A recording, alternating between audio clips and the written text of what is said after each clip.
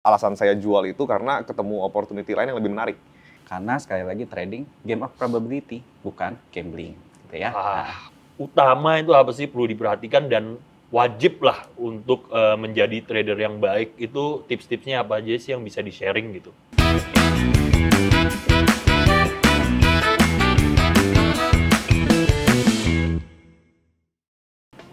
Halo Stockbiter dimanapun kalian berada, kembali lagi di acara Stockbit Talk. Kita sekali ini ada di episode ke-19. Masih bersama saya Angga yang akan menjadi host kita hari ini. Dan kita juga masih ditemani nih dari dua narasumber kita. Yang pertama Mas Billy dari Thinksyte, lalu Mas Marcel dari Stockbiter ID-nya? Prabaniswara. Tapi ada komunitas juga ya kalau nggak salah ya, Go Invest ya. Sip, mantap deh kalau gitu.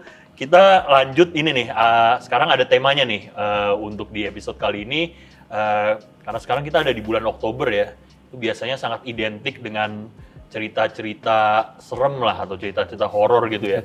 Nah, biar on team kita inilah, kita mau relate itu kalau di market gitu, pernah nggak sih ada pengalaman yang cukup menyeramkan gitu lah ya, yang pernah dialami oleh teman-teman. Mungkin sekarang saya mulai dari Mas Marcel dulu ya. Boleh diinin nggak sih, pernah nggak sih mengalami suatu kondisi atau masuk ke suatu saham yang akhirnya itu ceritanya jadi cukup menyeramkan lah, apa itu nyangkut, apa itu nggak bisa dijual, atau apa disuspend gitu. Mungkin bisa diceritakan nggak Mas Marcel?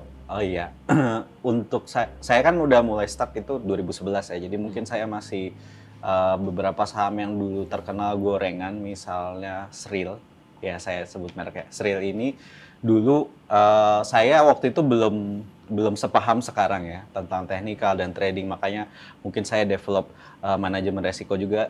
Karena pada saat itu belum tahu gitu ya, saya masuk aja nih ke gorengan nih, coba-coba ya. Karena waktu itu kalau nggak salah Sril naik dari 200 ke 300-an ya. Waktu itu siapa yang nggak tertarik ya kalau dia naik segitu cepat dalam hanya seminggu apa beberapa hari gitu ya. Saya masuk dibawa ke 194 gitu ya. Itu berapa persen? Kurang lebih hampir 40% ya saya rugi. Waktu itu ngeri banget, dan karena saya nggak punya trade plan, terus kemudian saya nggak notice harus CL gitu ya, jadi saya hold terus sampai 194. Nah beruntungnya pada saat itu mungkin ada lucky, apa artinya keberuntungan seorang pemula ya. Jadi keberuntungan seorang pemula, dia naik lagi ke 340, saya TP gitu ya. Lumayan ya, malah jadi TP. Tapi ini lesson learned sebenarnya kalau misalnya dilihat-lihat bahwa dia turun, kenapa kita nggak cut loss gitu ya, padahal kalau kita cut loss kita bisa ambil di bawah gitu ya, terus habis itu bikin trade plan baru untuk nanti naik lagi gitu. Jadi istilahnya lebih menguntungkan daripada saya harus hold, opportunity cost-nya lebih besar ketika saya nggak mainin ke saham lain gitu yang lebih naik gitu ya. Terus ada juga nih, ini berhubungan dengan profesi saya ya, kebetulan kan seperti yang sudah dijelaskan saya dokter ya, jadi ketika sibuk tiba-tiba ada sesuatu yang mendadak gitu ya. Kemudian saya waktu itu masuk ke Waskita ya, Waskita WSKT itu di harga 1.200 ya kalau nggak salah ya. Terus waktu itu pas pandemi kan dokter-dokter dipanggil macam-macam ya. Terus habis itu jatuh ke 500-an gitu ya. Terus saya kan karena waktu tersebut jadi nggak bisa cut loss lah istilahnya gitu ya. Jadi ya udah terdampak di situ, tapi akhirnya ya udah rugi berapa persen tuh, sekitar 60% ya. Udah cut loss aja gitu ya, cut loss aja di 60% karena dia ternyata turun lagi ya ke 400 berapa ya waktu itu, sampai segitu. Oke. Cukup mengerikan itu karena jadwal dan karena saya tidak tahu waktu zaman dulu ya, 2014 kalau nggak salah. Iya. Jadi mungkin tadi udah dikasih contohnya ya dua ya. Satu mungkin karena ya mungkin pemilihan sahamnya mungkin belum tepat lah ya, ini ya. Terus ada juga faktor kesibukan juga ya jadinya ya. Makanya kita penting banget cari style yang paling cocok lah ya untuk kita gitu ya ini ya. Kalau boleh saya follow up dikit, waktu itu belum ada ini cut loss-nya ya? Belum ada trading plan untuk cut loss-nya atau gimana? Kalau di Sril itu belum ada cut loss, belum ada trading plan karena kan saya masih pemula, Masih istilahnya baru ya? masih baru, jadi saya belum mempelajari terlalu dalam tentang teknikalnya. Tapi ketika yang waskita itu makanya saya cut loss karena ya telat cut loss gitu ya. Jadi tapi saya cut loss gitu karena emang udah di bawah dari trading plan saya. Gitu. Oke, thank you banget nih sharing ceritanya Mas Marcel. Jadi tadi ada dua contoh ya. Satu mungkin karena pemilihan sahamnya ya bisa dibilang belum tepat ya. Kedua karena memang kesibukan itu sendiri ya ininya ya. Jadi makanya kita penting juga nih untuk tahu sih apa sih style yang paling cocok gitu ya. Apa kita dengan kesibukan kita apakah kita lebih cocok buy and hold atau mungkin jual beli atau trading gitu ya secara cepat ya. Oke, mungkin next-nya pertanyaan-pertanyaan yang hampir mirip. Sekarang aku mau ke Mas Billy dari Thinksyte. Nah, ada nggak sih pengalaman horor yang bisa di-sharing gitu ke kita, Mas? Oke, mungkin kalau dibilang horor sampai fatal, permanen loss puluhan persen, kita nggak ada sih ya. Karena memang approach kita sangat prudent gitu. Kalau nggak benar-benar murah dan bagus, kita nggak masuk. Tapi bukan berarti kita nggak pernah rugi. Ya, mungkin saya ceritain pengalaman saya pribadi aja. Mungkin setiap orang pasti pernah lah. Yang penting kan kita ngakuin dan kita perbaiki ya. Kalau saya sendiri, pengalaman saya alamin permanen loss ini belum lama sih. Belum lama ini ya. Di awal tahun ini sih. Awal tahun ini saya baru alamin permanen loss di gudang garam. Itu sekitar 10-15%, saya agak lupa setelah pegang sahamnya setahun. Gitu. Tapi saya nggak ngeliat itu sebagai rugi gitu karena alasan saya jual itu karena ketemu opportunity lain yang lebih menarik. Kebetulan posisinya gudang garam waktu itu lagi floating loss gitu. Saya beli mungkin dari 39, average down mungkin akhir-akhirnya di 36-37, jualnya waktu 32 gitu. Tapi sempat dapat dividen juga sebelumnya gitu. Jadi mungkin rugi sekitar 10%. Waktu itu bobot gudang garamnya sekitar 70% dari aset saya, gitu. Jadi lumayan kerasa gitu ya, lumayan kerasa. Tapi itu saya nggak ngeliat itu sebagai rugi. Saya ngeliat itu sebagai ada opportunity lain, ya udah kita switching, gitu. Seperti yang di episode sebelumnya, gitu. Circle of competence, lalu opportunity cost, gitu loh. Saya ngeliat tiba-tiba batu bara harganya 400 kan, gitu ya, Newcastle ya, Newcastle 400, dihitung-hitung wah ini ada nih yang kuartal depan ketahuan bakal lebih bagus, bisa dihitung kan gampang tinggal volume penjualan ya, volume produksi penjualan kali margin per tonnya kan itu bisa diestimasi kira-kira gitu. Wah ini kayaknya bisa menarik dan nggak perlu tunggu terlalu lama gitu. Sedangkan gudang garam itu kan perusahaan bagus, sampai sekarang pun masih bagus, long term kasih saya nggak berubah, cuman kondisi lagi tertekan marginnya karena kan bahan bakunya hampir semua cukai. Itu yang saya nggak expect dari awal adalah cukai itu naik signifikan 3 tahun berturut-turut. Sedangkan daya beli masyarakat kan belum bisa bagus untuk yang menengah ke bawah. Gitu. Jadi marginnya ketekan, mereka belum naikin harga rokok, otomatis labanya ketekan juga. Gitu. Plus waktu kuartal 1 keluar, volume penjualan turun. Pas saya ngeliat kalau volume penjualan turun, bakal berat juga naikin harga. Gitu. Jadi kebetulan ada opportunity lain ya saya pindah. Gitu. Tapi mungkin case-nya bisa beda ya sama beberapa senior saya yang nggak ngelakuin itu simply karena mereka net buyer kadang-kadang. Jadi ada fresh money ya tembaknya ke yang jadi yang lama nggak perlu dipindahin mungkin. Atau untuk pindah itu kan kadang-kadang liquidity-nya itu nggak bisa pindah. Gitu. Misalnya pindah ke perusahaan yang katakanlah batu bara yang misalnya kecil, itu kalau capitalnya semua dipindahin nggak muat gitu. Jadi case by case gitu loh. Kebetulan di saya pribadi kejadiannya seperti itu.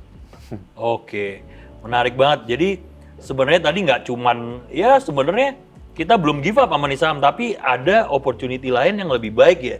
Dan kalau saya tebak kalau pindahnya waktu itu di awal tahun ke coal ya balik dong ininya ya, 10%-nya pasti balik dong itu ya. Bahkan cuan banyak nih kayaknya nih. Cuman kenapa saya maksudnya ceritain yang horornya ini, karena waktu itu kan bobot saya 70%. Besar gitu. Ya. Jadi 30% sisanya itu sebenarnya mungkin naik lumayan banyak gitu. Cuman karena ketarik turun sama yang 70%, Tetap bersyukur sih, karena maksudnya Iya. dari COVID sampai sekarang mungkin sekitar Porto sekitar 3x gitu. Harusnya bisa lebih kalau lihat COVID Wow. kemarin, cuman ya karena saya hold setahun, nggak memilih mana yang anginnya lebih bagus, Iya. secara lebih cepat ya. Gitu. Jadi periode setahun itu kan kalau saya semuanya dorong waktu itu ke batubara, yang saya juga yakin, Iya. sama yakinnya harusnya bisa lebih optimal. Yes. Nah, tapi ya perjalanan. Oke. Gitu. Thank you. Wah, nih sharingnya bahkan kita spesifik langsung nih ya ke real case lah ini ya. Iya. Oke, mungkin sekarang aku balik ke Mas Marcel nih. Kalau inilah untuk menghindari pengalaman horor itu terjadi lagi ya, biasanya kan kalau trader itu kan pasti harus punya plan untuk cut loss lah ya ininya ya. Kalau misalkan udah nggak sesuai dengan ya trading plan kita lah ya ininya. Nah itu gimana sih cara menentukan cut loss itu Mas? Boleh dijelaskan nggak strategi Mas Marcel? Oh, untuk cut loss sendiri biasanya kalau saya share ke teman-teman di komunitas itu ya berdasarkan support terdekat ya. Support terdekat dan risk rewardnya. Kalau misalnya dia punya ruang growth-nya lebih besar, misalnya profitnya 20%, janganlah kita taruh cut loss-nya deket-deket gitu ya. Nanti malah jadi cut loss gitu ya. Tapi dia punya ruang gerak ya sampai 1,5% daripada reward-nya gitu ya. Atau sampai 2 kali lipatnya. Jadi kalau misalnya 20% gitu ya kita punya swing trade plan, maka biasanya tempatkan CL di dekat-dekat 10%-nya, support terdekat dari 10% gitu ya. Misalnya kayak gitu ya. Atau kalau mau lebih besar lagi risk reward-nya 5% gitu ya. Itu udah cukup safe sih sebenarnya gitu ya. 5% sama 10% dari total swing trade yang reward-nya gitu, cara menentukannya untuk CL. Oke. Kalau misalkan kita ngomongin spesifik ini ya untuk trading ya, kadang-kadang ya pasti kan semua trader tuh kalau yang udah pengalaman pasti punya trading rules lah ya aturannya. Tapi kadang-kadang juga ada gitu 1-2 kali lah pasti kita ya agak sedikit toleransi lah sama trading rules kita gitu. Apakah pernah gitu Mas Marcel mengalami hal yang sama? Let's say kalau saya konkretnya, wah ini harusnya udah masuk kena posisi CL nih. Tapi tadi kan menggabungkan dengan bandarmologi ya. Tapi masih diakumulasi. Kalau kita ada di keadaan gitu, kira-kira reaksi Mas Marcel gimana sih kalau menghadapi situasi kayak gitu ya, yang cukup real gitu? Ini tricky banget ya nggak apa-apa. Saya kebetulan barusan kayak gitu ya, posisinya conviction-nya masih, bandarmologinya masih baik gitu ya, corporate action-nya masih baik gitu ya. Terus sahamnya mungkin bisa saya spill Doit ya, Doit itu kan turun dari 426 ke bawahnya 400 ya, terus dia naik lagi sekarang ya. Nah itu trade plan saya mungkin harusnya CL di 416 nih, tapi saya nggak CL. Ya itu masalah kedisiplinan diri sendiri saya. Saya sendiri kan masih terus belajar ya. Waktu itu saya pikir ini masih bisa ditradingkan. Kemudian karena kesibukan saya lupa CL gitu ya. Terus habis itu akhirnya turun ke 376, sekarang balik lagi sih mungkin 400 ke atas ya. Dan saya setelah itu menerapkan trade plan baru gitu ya, trade plan baru yang menyesuaikan gitu ya. Jadi sebenarnya bukan sesuatu yang pantas ditiru ya. Artinya kita harus disiplin tetap ya. Kalau lupa CL haruslah tetap CL gitu ya. Cuman saya kebetulan karena kesibukan nggak lihat, terus udah balik ke 400 lagi, jadi nanggung ya istilahnya gitu ya. Jadi saya menerapkan trade plan yang geser dikit CL-nya ke bawah gitu ya. Oke. Geser sedikit. Jadi kadang-kadang bisa kita update lagi ya trading plan ya? Bisa sebenarnya, cuman saya sarankan sih jangan gitu ya. Ya kecuali memang teman-teman udah yakin, maksudnya intinya pernah melihat market yang seperti demikian gitu ya. Artinya paham kalau market maker tujuannya ngapain sih di sini gitu ya. Kadang-kadang kita bisa terlihat dari running trade-nya gitu ya. Kapan dia akumulasi, kapan dia memberikan sinyal bahwa itu merupakan suatu harga yang konsensus dia di bawah, paling bawah gitu ya. Itu terlihat misalnya di bid and over gitu ya, atau di running trade-nya gitu. Itu memang butuh istilahnya experience ya, karena menentukan itu ya kayak insting ya mungkin. Duh, mantep nih. Kalau aku denger ya tadi emang Mas Marcel sampai poin-poin harganya tuh tepat gitu ya. Ini inget banget gitu ya. Jadi kayaknya emang cukup inilah ya. Pasti cukup selalu monitor gitu ya kita update apakah kita harganya kita udah waktunya TP atau waktunya CL gitu. Karena dari tadi saya lihat wah sampai disebutin bukan sampai sefraksi-fraksinya sampai akurat gitu. Biasa kan kita ngomong 400-an, 200-an gitu kan. Mantap-mantap. Tapi senang banget nih, dari tadi kita ngomong nih kayaknya langsung praktek lah, langsung konkret real gitu ya, nggak cuma teori gitu ya. Pokoknya di Stockbit Talk ini kita harus ngomong yang real-real aja lah ini ya. Oke. Nah, mungkin pertanyaan yang aku ubah untuk ke formatnya untuk Mas Billy nih, ini ya nih. Kalau misalkan ada cut loss di investing tuh, ada strategi average down nggak ya kalau sahamnya memang tidak memang turun terus gitu, atau mungkin bisa dijelaskan kita ngalokasin money management berapa sih? Itu kan pertanyaan yang sering pasti teman-teman pasti banyak yang pengen tahu nih, berapa, apa masuk setengah dulu, ada seperempat dulu gitu, gimana, ada strategi yang bisa sedikit di-share nggak sih kalau dari Mas Billy dan Thinksyte ini? Boleh. Jadi kita nggak ada money management, tapi kita adanya risk management. Wow, gitu. Jadi maksudnya money management itu kan pola pikirnya biasanya adalah uangnya yang dibagi-bagi untuk tembak 1, tembak 2, tembak 3. Nah kita nggak begitu. Gitu. Jadi kalau misalnya di porto kita kebetulan ada cash, itu karena kita nggak ketemu opportunity. Dan itu adalah bagian dari risk management. Karena kita nggak ketemu saham yang cukup bagus dan cukup murah untuk kita beli, ya kita pegang cash. Jadi bukan sengaja disisain cash. Jadi ketika kita bicara namanya average down, itu semua ke opportunity cost. Yes. Gitu. Jadi misalnya kita punya 3 saham, katakanlah bagi rata. Ada yang turun, ada yang naik misalnya. Nah yang naik ini kan apakah udah mau dijual atau belum? Tergantung opportunity yang ada di poolnya kita. Kalau kita ada misalnya tahunnya ngertinya baru 20, ya dari 20 itu mana yang menarik? Apakah yang satu ini yang lagi turun? Bisa jadi ini turun lagi floating loss, tapi ada yang lain yang lebih turun lagi kan? Yes. Nah jadi basisnya seperti itu. Dengan catatan kalau perusahaannya perusahaan bagus, Pak. Yes. Gitu. Kalau misalnya floating loss karena salah beli atau salah analisa, ya kita harus analisa ulang ini value-nya berapa nih. Kalau misalnya ternyata meleset jauh, ya kita harus cut. Kalau salah ya. Gitu. Kalau misalnya konteksnya perusahaan bagus tapi lagi tertekan seperti case-nya saya, ya coba dikira-kira ini kapan akan recover.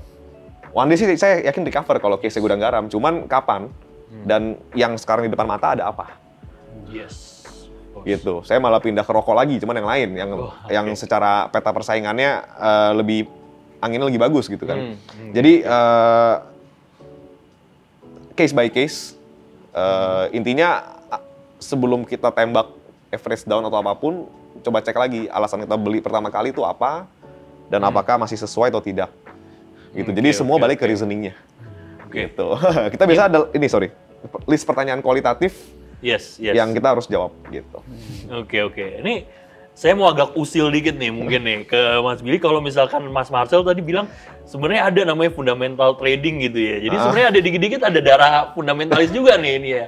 Nah kalau Mas Billy tadi kan juga mungkin GGRM oke, masih yakin tapi nggak tahu kapan when-nya, kapan nggak tahu gitu ya ini ya. Kepikiran nggak sih Mas untuk ya mengkombinasikan dikit lah dengan ya technical gitu, ilmu-ilmu technical gitu Mas? Enggak sih. Belum pure fundamentalis banget nih ya ini. Kita 100% business factor. Oke. Sip. Oke, mungkin kalau case Gudang Garam mungkin akan beli lagi ya, mungkin ya, kita nggak tahu. Yang pasti saya mau tunggu key variable centang hijau dulu. Wah, ini bisa cinta lama bersemi kembali nanti ya. Verified. Ya, belum tahu. Tergantung harganya berapa nanti kan. Sip. Oke, mungkin kita masuk di ya pertanyaan penutup lah ya. Tapi ini kayaknya yang paling penting lah ini ya. Mungkin sekarang karena mungkin banyak audiens kita atau investor pemula yang belum tahu gitu, gue cocoknya jadi apa sih? Mana sih yang lebih gue banget gitu, investor atau trader gitu ya.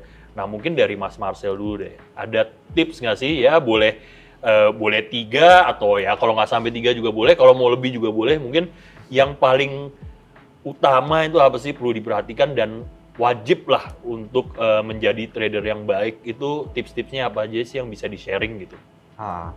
Ya sebenarnya kan Bapak trading, technical analysis kan salah satunya adalah Dow ya.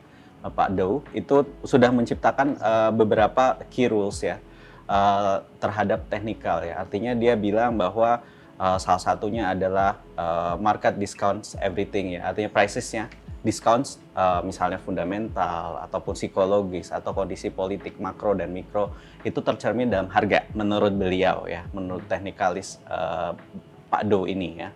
Kemudian setelah itu ada juga bilang bahwa ada fase daripada market ya. Fase dari market itu adalah misalnya ada fase akumulasi. Ini sudah lama ya ternyata ya, bandarmologi ini ada fase akumulasi, kemudian ada fase distribusi, dan ada fase ekses dan panik. Ya, ekses dan panik ini adalah respon dari retail, akumulasi adalah bandar ya, melakukan market maker ya, distribusi juga market maker. Jadi ada cycle itu. Kemudian ada teori bahwa beliau mengungkapkan key principle-nya adalah volume must confirm the price actions ya. Jadi volume itu penting ketika dia terjadi suatu perubahan yang signifikan. Ketika dia tidak terjadi perubahan harga yang signifikan tapi tidak diikuti dengan volume, kita bisa sebut sebagai manipulasi market ya. Yang biasa juga dilakukan oleh market maker gitu ya. Selain itu juga ada key points-nya beliau adalah kita harus trading sesuai dengan indeks ya. Artinya kalau indeksnya sentimen umum indeks itu sedang negatif, maka kita otomatis ketika kita swing long atau buy low sell higher itu dia lebih kemungkinannya semakin rendah, probabilitas kemenangan kita semakin rendah. Jadi kita harus sadar beberapa itu. Makanya misalnya komunitas saya itu ketika saya rekomen ketika indeks lagi jatuh pasti kelihatan bahwa swingannya pasti nggak jalan semua. Tetapi ketika dia sedang indeksnya baik, swingan pasti selalu probabilitasnya tinggi gitu ya. Jadi ada key itu. Kemudian yang kedua adalah tentang bagaimana menentukan trade plan. Trade plan harus ditentukan dulu. Jadi jangan tanya saya kapan TP, kapan CL gitu ya. Tapi apakah benar Pak trade plan-nya seperti ini? Itu lebih masuk akal gitu ya. Jadi saya bisa kira-kira memberikan masukan. Tapi kalau kamu udah entry, terus tanya saya TP, tanya saya CL, itu berarti kamu salah persepsinya gitu ya. Salah persepsinya dalam trading gitu. Jadi pertama itu, kemudian sebenarnya dalam trade plan juga menentukan manajemen resiko. Jadi 3 prinsip itu harus dipahami sama teman-teman yang trading ya. Jadi prinsip dari technical itu sendiri, bagaimana cara approach yang benar gitu ya. Terus habis itu membuat trading plan yang tepat. Kemudian bagaimana manajemen resikonya. Karena sekali lagi trading game of probability, bukan gambling gitu ya. Mantap banget. Lengkap banget deh tuh, kayaknya tuh semua udah tercover lah ya, tips-tips jadi trader yang baik dari Mas Marcel sendiri ya. Oke, thank you. Nah, pertanyaan yang sama nih ke Mas Billy nih. Oke, sekarang untuk konteks investor ya Mas ya. Apa sih boleh di ini kan? Oke, nggak harus 3 deh ini ya. Apa sih yang benar-benar wajib lah yang nggak boleh ditinggalkan untuk kita menjadi seorang investor yang baik gitu Mas? Oke. Kalau dari kita, yang pertama adalah melihat saham itu sebagai kepemilikan bisnis. Gitu. Jadi di setiap lembar saham, ya itu bukan lotre yang bergerak naik turun, tapi ada perusahaan yang melakukan value creation, ya. Ada employee yang bekerja keras setiap hari untuk menjalankan operationnya, dan maka dari itu lihatlah saham sebagai bisnis. Gitu. Yang kedua, yang pertama belum selesai sebagai bisnis, dan ketika kita menilai bisnis itu menilainya jangan sepotong-sepotong gitu, karena di lapangan yang saya sering lihat adalah orang ngelihat bisnisnya sepotong-sepotong, cuman ngelihat misalnya beberapa rasio lalu ambil kesimpulan. Nah itu sangat berbahaya sekali gitu. Gimana kalau kebetulan yang diambil rasionya lagi dimanipulasi, karena kan laporan keuangan kita nggak bisa percaya full. Gitu kan? Lalu belinya banyak misalnya karena pengen concentrated. Padahal sebenarnya belum waktunya melakukan itu, gitu. Jadi harus punya framework yang utuh, yang full dalam mengupas bisnis supaya terhindar dari risiko fatal. Itu yang pertama. Yang kedua adalah kalau harga dan value itu tidak sama. Jadi value itu adalah berdasarkan kemampuan value creation, wealth creation dari itu perusahaan. Kalau harga itu adalah ditentukan oleh market yang bergerak random, menurut kita random, gitu. Jadi yang kita cari adalah misprice gamble, di mana ketika spread harga dan value itu jauh, ya disitulah value jauh di atas harga, nah disitulah ada opportunity, gitu ya. Dan yang ketiga mungkin don't be a know-it-all jackass. Ya, jangan jadi orang yang merasa Mr. Know-it-all. Mr. Know-it-all. Ya, jangan jadi Mr. Know-it-all yang ngerasa paling tahu semuanya lah ya. Gitu, kita harus tahu apa yang kita tahu, apa yang kita nggak tahu, dan apa yang berbahaya nih, zona merahnya apa yang kita pikir kita tahu, padahal kita nggak tahu. Biasanya orang kena di sini. Iya. Gitu. Jadi sebenarnya yang ngebunuh kita tuh bukan ular, tapi semak-semaknya. Karena kita nggak ngelihat. Yes. Jadi harus bisa self-assess, harus punya inner scorecard untuk bisa nilai circle of competence sendiri. Stay within your circle of competence, dan ketika opportunity itu datang, pukullah sekuat tenaga. Plus bonus yang keempat, karena saya cukup banyak ya ngelihat di sekitaran saya, kenapa sih orang nggak mau mulai invest dan lain-lain, karena merasa capitalnya belum cukup besar. Aduh, nanti deh, tunggu tabungannya banyakan dan lain-lain. Saran dari saya adalah think big, start small. Jadi berpikirnya besar, tapi mulai dari kecil aja. Gitu. Karena ini promosi sedikit nih, tim kita ada namanya Rahmat, itu lulusan SMK, anak petani, sandwich generation, harus biayain adiknya kuliah, harus kasih bulanan ke orang tua. Tapi dari gaji, ya dulu kerja di pabrik di Temin kalau tahu, pabrik mobil, disisihin, dan invest terus, di compound terus. Sekarang bisa dibilang ya, kalau itu dibawa pulang ke tempatnya dia, dulu lahir udah bisa pensiun sebenarnya. Gitu. Jadi pesan dari saya adalah think big ya, semua orang bisa, terlepas dari apapun latar belakangnya. Kalau mau berusaha, dan you can start small. Yeah. Wah, bener hari ini kesempatan ini banyak banget lah kita dapat. Emang kita tadi mulainya dari cerita horor, tapi habis itu kita banyak banget dapat wisdom gitu ya, wisdom market, dan ini kelihatan banget ini real lah, pernah dialamin sendiri gitu ya, bukan cuma teori aja nih. Pokoknya thank you banget Mas Marcel dan Mas Billy udah sharing banyak pengalaman sama kita kali ini. Mungkin itu juga tadi pertanyaan terakhir ya yang akan menutup Stockbit Talk episode 19 kali ini. Jangan lupa kalau misalkan teman-teman mau bisa melakukan semua trading, investasi, lalu melakukan analisa, bisa dilakukan semua via aplikasi Stockbit ya. Akhir kata, saya Angga yang mewakili tim yang bertugas hari ini mengucapkan terima kasih telah menonton acara kita sampai habis, dan sampai jumpa di episode Stockbit Talk berikutnya. Thank you, bye-bye. Thank you juga Stockbit dan Mas Angga udah undang. Thank you. Thank you.